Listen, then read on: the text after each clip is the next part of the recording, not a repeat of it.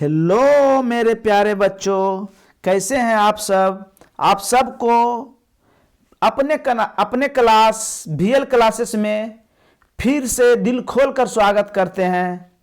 आज हम जो आपको बताने जा रहे हैं ये प्राकृतिक आपदा नहीं, आपदा चैप्टर का वस्तुनिष्ठ और 1-2 अंक का प्रश्न बताने जा रहे हैं, जो बहुत अच्छे तरीके से हम इसको बनाए हैं। इंपॉर्टेंट क्वेश्चन बनाए हैं, इसलिए इसको आप एकदम देखना ना भूले, पढ़ना इसको ना भूले। इससे बाहर नहीं आएगा। पहले आप हमें जवाब दीजिएगा, उसके बाद हम आपको बताएंगे बिहार का शोक किस नदी को कहते हैं। बिहार का शोक किस नदी को कहते हैं? आप पहले हमें जवाब दीजिए, उसके बाद हम आपको बताएंगे। हाँ, सब ठीक दे रहे हैं जवाब। चलिए, कोसी। क्या है? कोसी। बिहार में तीव्र भूकंप की घटना कब घटी थी? बिहार में तीव्र भूकंप की घटना कब घटी थी? 1934 में। अगला क्वेश्चन ध्यान से देखिए। हाँ, जवाब दीजिए आप लोग। भूस्खलन की घटना किससे संबंधित है? किससे है बाबू? नूनू बउआ, किससे है? पर्वत से। किससे है? पर्वत से। नोडल मंत्रालय कार्य करती है। नोडल मंत्रालय कार्य करती है किस स्तर पर? जवाब दीजिए तो जल्दी। राष्ट्रीय स्तर पर। किस स्तर पर? राष्ट्रीय स्तर पर। अगला क्वेश्चन है, भारत में सुनामी कब आई थी? भारत में सुनामी इन डेटों में सबसे पहले कब आई थी? भारत में इन डेटों में सबसे पहले सुनामी कब आई थी? जवाब दीजिए तो बच्चों। हाँ, 2004। कब आई थी? 2004। भारत का प्रमुख सुखाड़ वर्ष कौन सा है? इनमें भारत का प्रमुख सुखाड़ वर्ष कौन सा है बाबू? कौन सा है? 1966। कौन सा है बाबू? 1966। अगला क्वेश्चन आपके स्क्रीन पर है, ध्यान दीजिए। नदियों में बाढ़ आने का प्रमुख कारण क्या है? नदी में बाढ़ किस कारण से आती है? तो आप सोच के बताइए तो। जल की अधिकता, नदी की तल में अवसाद यानी कूड़ा कचरा जो बैठ जाने के कारण, या अधिक वर्षा होने के कारण, या इनमें से सभी? आप तो समझ गए होंगे इनमें से क्या होगा उत्तर। इनमें से सभी। अगला क्वेश्चन क्या है? बिहार में कौन सा क्षेत्र बाढ़ग्रस्त है? बिहार के कौन सा क्षेत्र बाढ़ग्रस्त है बाबू? कौन सा क्षेत्र है? उत्तरी बिहार। कौन सा क्षेत्र है? उत्तरी बिहार। अगला क्वेश्चन, निम्नलिखित में से किस नदी को बिहार का शोक कहा जाता है? बिहार का शोक जो है किस नदी को कहा जाता है बाबू? कोसी। किस नदी को कहा जाता है? कोसी। बाढ़ क्या है? प्राकृतिक या मानव या समान आपदा? प्राकृतिक समझते हैं, जो भगवान का बनाया हुआ है, और मानव जनित मतलब जो आदमी बनाया है। तो बाढ़ तो आदमी बना नहीं सकता है। जब बाढ़ आदमी बनाता तो कभी भी जब सुखाड़ पड़ता तो उस समय पानी ला सकता था। इसलिए कौन सी आपदा है? प्राकृतिक आपदा है। सूखा किस प्रकार की आपदा है? सूखा किस प्रकार की आपदा है? प्राकृतिक, मानव जनित, सामान्य। तो आदमी तो सुखाड़ कर ही नहीं सकता है। कौन आपदा है? प्राकृतिक आपदा है। सूखे की स्थिति किस प्रकार आती है? सूखे की स्थिति किस प्रकार आती है? जल्दी से लिखिए तो कमेंट में। किस प्रकार आती है? धीरे धीरे आती है। धीरे धीरे आती है। अगला क्वेश्चन, सूखे के लिए जिम्मेदार कारक, सूखा के लिए जिम्मेदार कारक क्या है? किस कारण से सूखा होता है? किस कारण से सूखा, सूखे के लिए जिम्मेदार कारक किस कारण से सूखा होता है? वर्षा में कमी, भूकंप, बाढ़ और ज्वालामुखी। ज्वालामुखी भूकंप से तो कोई मतलब ही नहीं है, वर्षा में कमी के कारण ही ने सूखा होगा, वर्षा में कमी के कारण ही ने सूखा होगा बाबू। अगला, सूखे से बचाव का एक प्रमुख तरीका क्या है? इनमें से बताइए आप, सूखे के बचाव का एक प्रमुख तरीका क्या है? जल्दी से लिखिए तो कमेंट में। हाँ सही है, वर्षा जल संग्रह करना, इससे सुखाड़ नहीं होगा, सूखा नहीं होगा। भारतीय धर्म ग्रंथों के अनुसार वर्षा का देवता किसे कहा जाते हैं? किसको कहेंगे वर्षा के देवता? इंद्र भगवान को। किसको? इंद्र भगवान को। निम्नलिखित में से कौन कृत्रिम जल का एक उदाहरण है? कृत्रिम मतलब जो मानव बनाया है, कृत्रिम के मतलब जो मानव बनाया है। नर्मदा भी मानव बनाया, रिहंद भी मानव बनाया, कावेरी भी मानव बनाया। तो क्या हो जाएगा? इनमें से सभी। आगे देखिए बाबू, आगे देखिए तो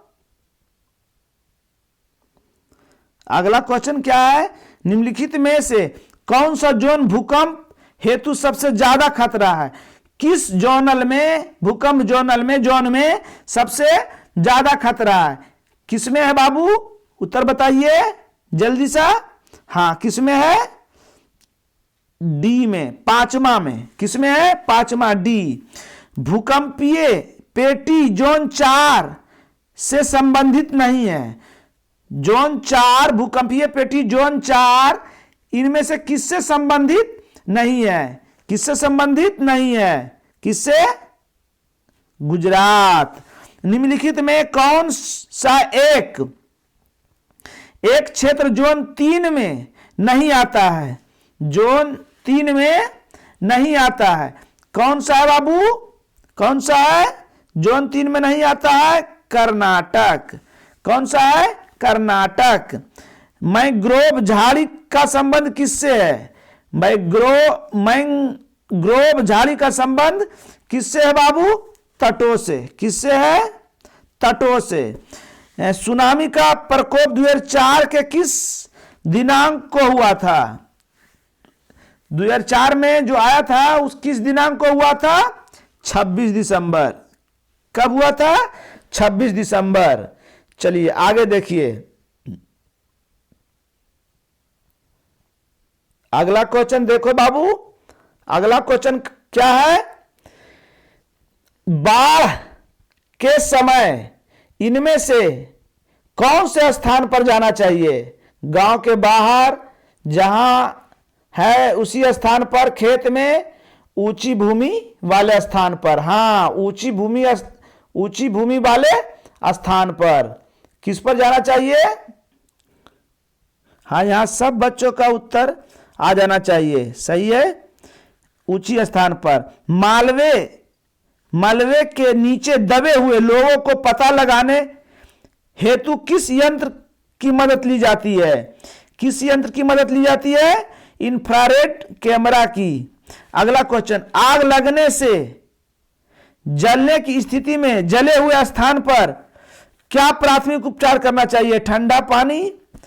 अगला क्वेश्चन, बस्ती मकान में आग लगने की स्थिति में क्या करना चाहिए? अग्निशामक यंत्र को बुलाना चाहिए। समझ में आ गया? आगे ध्यान दीजिए। अगला क्वेश्चन क्या है बाबू? अगला क्वेश्चन आपका है, आपदा प्रबंधन को कितने चरण में लागू किया गया? आपदा प्रबंधन 2 चरण में। सुनामी परिणाम है। सुनामी किसका परिणाम है? सुनामी किसका परिणाम है? ग्रीन हाउस प्रभाव से क्या संबंधित उसको रहेगा? वायु से क्या रहेगा? ग्लोबल वार्मिंग से क्या रहेगा? भूकंप। सुनामी क्या किससे संबंधित है? भूकंप। अगर पृथ्वी पर आती है तो उसको भूकंप कहते हैं, अगर समुद्र तल में आ जाती है तो उसको क्या कहते हैं? सुनामी। आग को रोकने के लिए क्या करना चाहिए? आग को रोकने के लिए क्या करना चाहिए? तालाब की पानी डालना चाहिए, सही है। बालू डालना चाहिए, सही है। मिट्टी डालना चाहिए, सही है। और उपर्युक्त में से सभी हो जाएगा। क्या हो जाएगा? उपर्युक्त में से सभी हो जाएगा। आकस्मिक प्रबंधन के प्रमुख कितने घटक हैं? जल्दी बता दो, आकस्मिक प्रबंधक के प्रमुख कितने घटक हैं? कितने घटक हैं? 3। कितने घटक है बाबू? 3। अगला, बचाव दल के पास कौन सा उपकरण होना चाहिए? बचाव दल के पास कौन सा उपकरण होना चाहिए? सीढ़ी एकदम जरूरी है, रस्सी एकदम जरूरी है, प्राथमिक उपचार एकदम जरूरी है। तो कौन हो जाएगा बाबू? नूनू, इनमें से सभी। अगला क्वेश्चन देखिए आपके स्क्रीन पर। समान संचार व्यवस्था के बाधित होने का प्रमुख कारण यानी मुख्य कारण क्या है? केवल टूटना, यही तो सबसे मुख्य कारण है। केवल अगर टूट जाएगा तो कोई उपाय नहीं है बाबू। किसका? संचार व्यवस्था, संचार जो हम लोग टीवी रेडियो मोबाइल अथी करते हैं उसका कोई अथी नहीं हो पाएगा। जो पहले घर में मोबाइल नहीं, जो पहले घर में टेलीफोन जो रहता था तो केवल तार ही टूट जाएगा एंटीना से, तो काम करेगा? नहीं करेगा। संचार का सबसे लोकप्रिय साधन क्या है? संचार का सबसे लोकप्रिय साधन क्या है? सार्वजनिक टेलीफोन। सुदूर संवेदी उपग्रह यानी रिमोट सेंसिंग का प्रयोग किस लिए होता है? सुदूर संवेदी उपग्रह रिमोट सेंसिंग का प्रयोग किस लिए होता है? मौसम वैज्ञानिक के लिए। किसे? मौसम वैज्ञानिक के लिए। अगला क्वेश्चन आपके स्क्रीन पर है। वर्तमान समय में सबसे अधिक प्रयोग होता है मोबाइल। क्या होगा? मोबाइल। क्या होगा बाबू? मोबाइल। एमेच्योर को क्या कहा जाता है? क्या कहा जाता है? Walkie talkie. क्या कहा जाता है? Walkie talkie. इसमें नहीं दिया हुआ वॉकी टॉकी, तो देख लेते हैं। एक रेडियो, हेम रेडियो,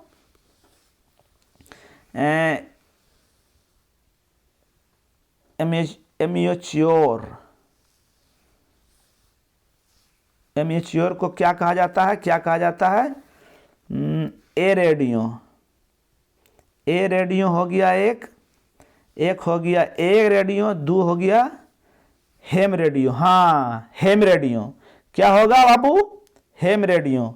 अगला, रेडियो किस तरंग पर कार्य करता है? रेडियो जो है किस तरंग पर कार्य करता है? किस तरंग पर कार्य करता है?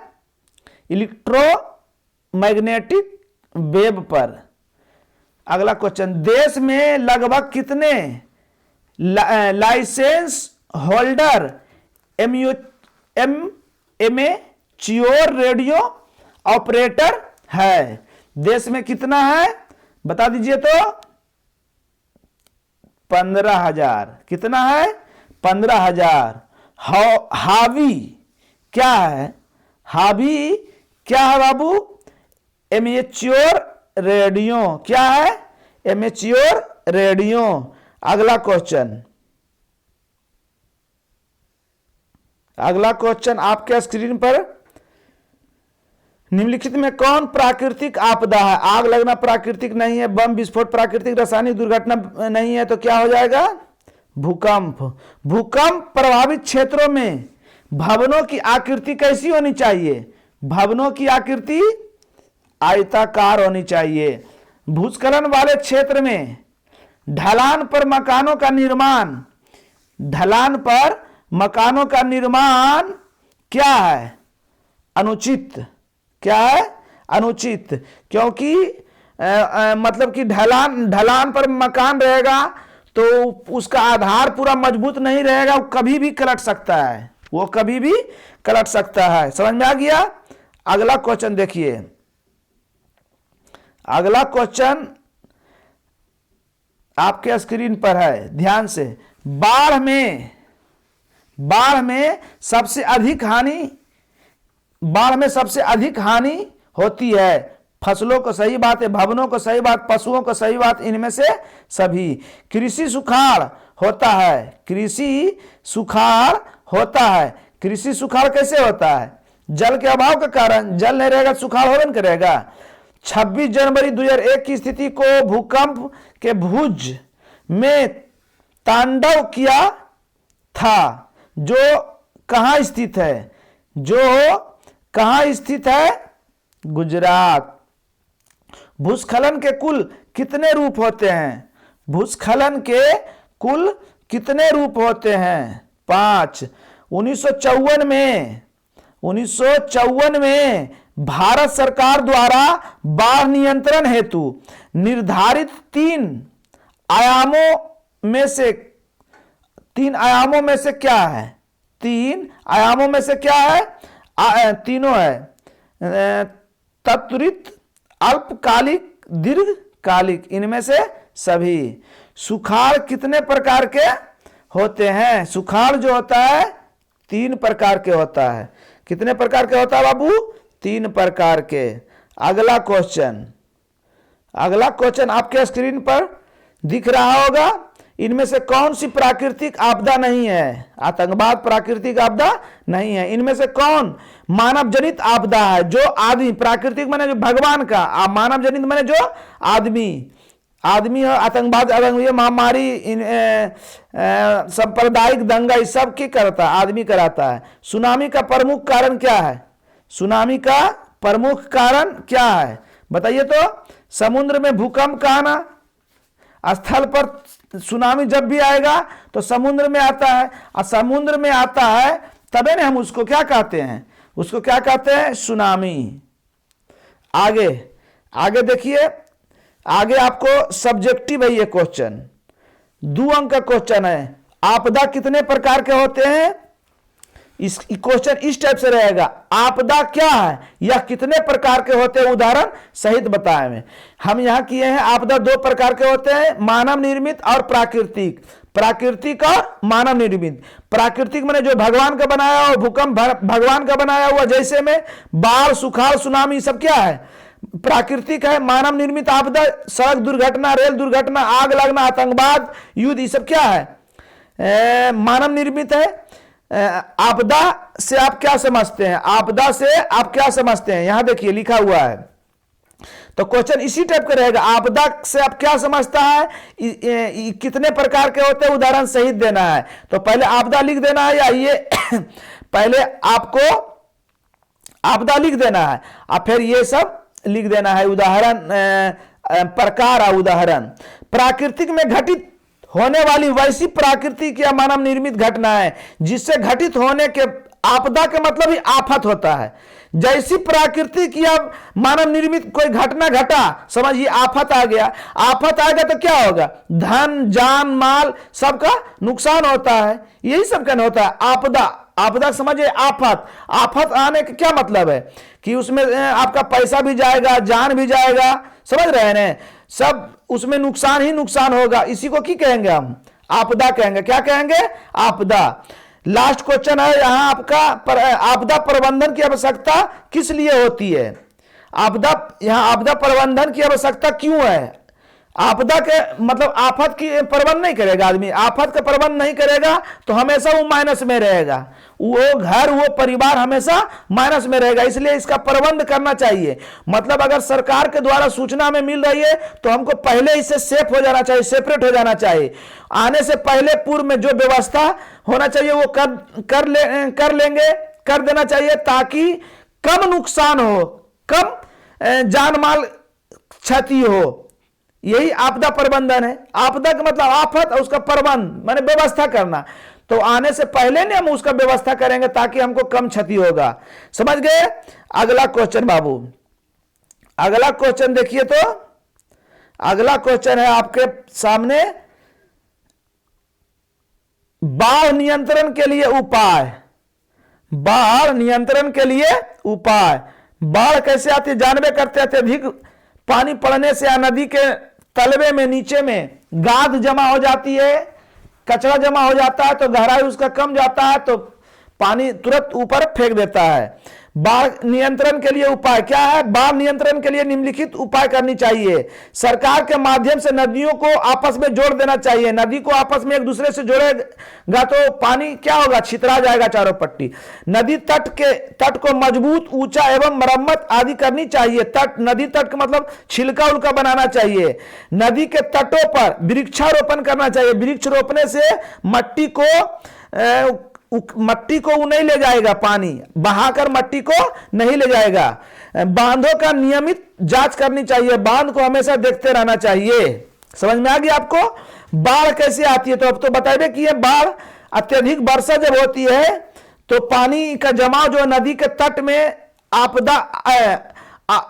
अवसाद जमा हो जाता, मतलब कचरा जमा होता, गाद जमा हो जाता है। उससे नदी की गहराई कम जाती है। तो नदी की गहराई कम जाती है तो पानी तुरंत ऊपर निकल के चारों पट्टी फैल जाता है, जिसको हम लोग की कहते हैं? बाढ़। अगला क्वेश्चन देख लीजिए। अगला क्वेश्चन बाबू, अगला क्वेश्चन आपके स्क्रीन पर है। भूकंप और सुनामी के बीच अंतर स्पष्ट करें। भूकंप जो पृथ्वी के ऊपर आता है, सुनामी जो समुद्र के नीचे घटती है। दोनों कंपन ही होता है। भूपट्टी के अंदर की तापमान 1000 डिग्री सेल्सियस से भी अधिक होती है, जहां यहां उत्पन्न ऊर्जा तरंग की लहरें चट्टानों में कंपन उत्पन्न करती है। इस कंपन का केंद्र जब स्थल पर पड़ता है तो उसे भूकंप कहते हैं, और यही कंपन अगर महासागर तल पर होती है तो उसे सुनामी कहती है। हम पहले ही बता दिए थे। अगला क्वेश्चन, भूकंप के केंद्र एवं अधिकेंद्र के बीच अंतर स्पष्ट करें। भूकंप केंद्र मतलब जहां से उत्पन्न होता है, अधिकेंद्र जहां पर भूपटल के नीचे का वह स्थान जहां भूकंपीय कंपन शुरू होता है। कहां शुरू होता है उसे भूकंप केंद्र कहते हैं। और जब यह भूपटल पर, स्थल पर मतलब जमीन के ऊपर जब कंपन होता है और सर्वप्रथम जो हम लोग अनुभव करते हैं, देखते हैं, इसी को की कहते हैं? अधिकेंद्र कहते हैं। क्या कहते हैं? अधिकेंद्र।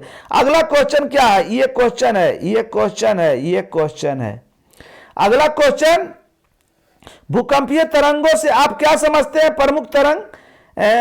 भूकंपीय तरंगों के नाम लिखिए। भूकंप के दौरान उत्पन्न होने वाली विभिन्न प्रकार के कंपन मतलब थरथराना को भूकंपीय तरंग कहते हैं। भूकंप ये तरंग का वेग भिन्न भिन्न होता है। भूकंप के दौरान उत्पन्न होने वाली तरंग निम्नलिखित है। नंबर 1, प्राथमिक तरंग जिसको P से सूचित करते हैं। द्वितीयक तरंग जिसको S से सूचित करते हैं।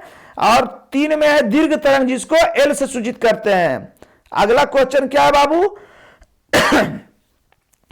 सुनामी से बचाव के कोई 3 उपाय। सुनामी कहां आती है? समुद्र में जब समुद्र में जब सुनामी आएगा तो उसका 3 बचाव क्या कर सकते हैं? उससे हम दूरा घर बनाएंगे, समझ रहे हैं ना, ऊंचा स्थान पर घर बना देंगे। वही लिखे हैं सुनामी से बचाव के 3 उपाय। समुद्र के तटीय क्षेत्रों पर कंक्रीट बांध बनाना चाहिए।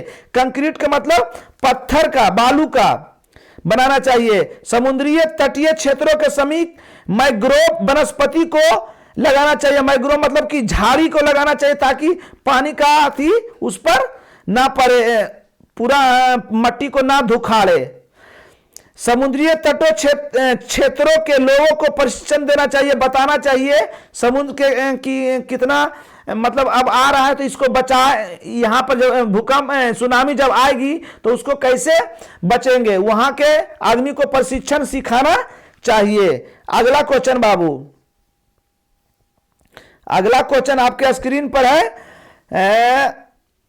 सुनामी प्रभावित क्षेत्रों में गृह निर्माण पर अपना विचार करें। ऑब्जेक्टिव से ही पता चल में ही बता दिए थे कि सुनामी प्रभावित क्षेत्रों में गिरी माने घर निर्माण पर अपना विचार दीजिए। उत्तर क्या है? सुनामी प्रभावित क्षेत्रों में घर निर्माण समुद्री तट से कम 100 मीटर की दूरी पर हो, दूर हट के बनाना चाहिए।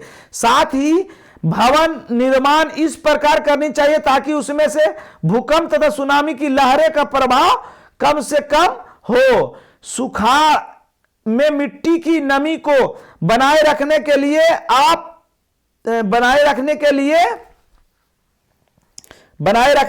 आप क्या मतलब ये क्वेश्चन है, सॉरी ये क्वेश्चन है बाबू, ये क्वेश्चन है, ये तीनों क्वेश्चन है। हाँ समझ में आ गया था कि हम बताए थे कि सुनामी से जो आती है समुद्र में उससे दूर घर बनाना चाहिए, वो और ऐसा घर बनाना चाहिए जो उसका प्रभाव को कम कर सके। अगला क्वेश्चन क्या था?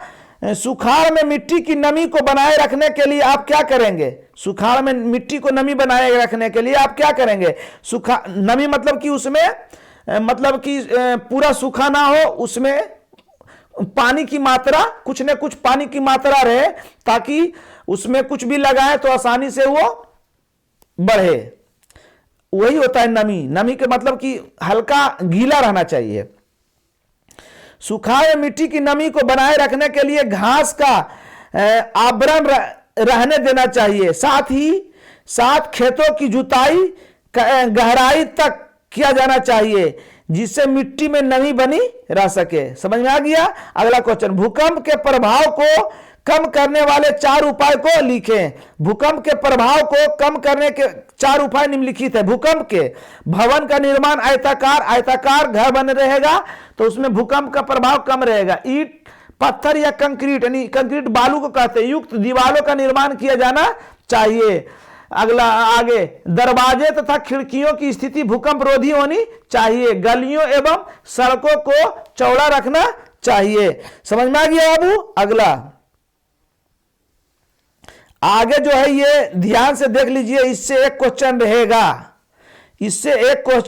रहेगा बाबू। क्या है? बांध नदी, भाखड़ा सतलज नदी, नर्मदा नदी पर नागार्जुन नाग को के नाथा था कृष्ण भगवान। किसने बनाते थे? कृष्ण भगवान। कावेरी रिहंद। चलिए आज का क्लास यही खत्म हुआ। धन्यवाद। जय हिंद।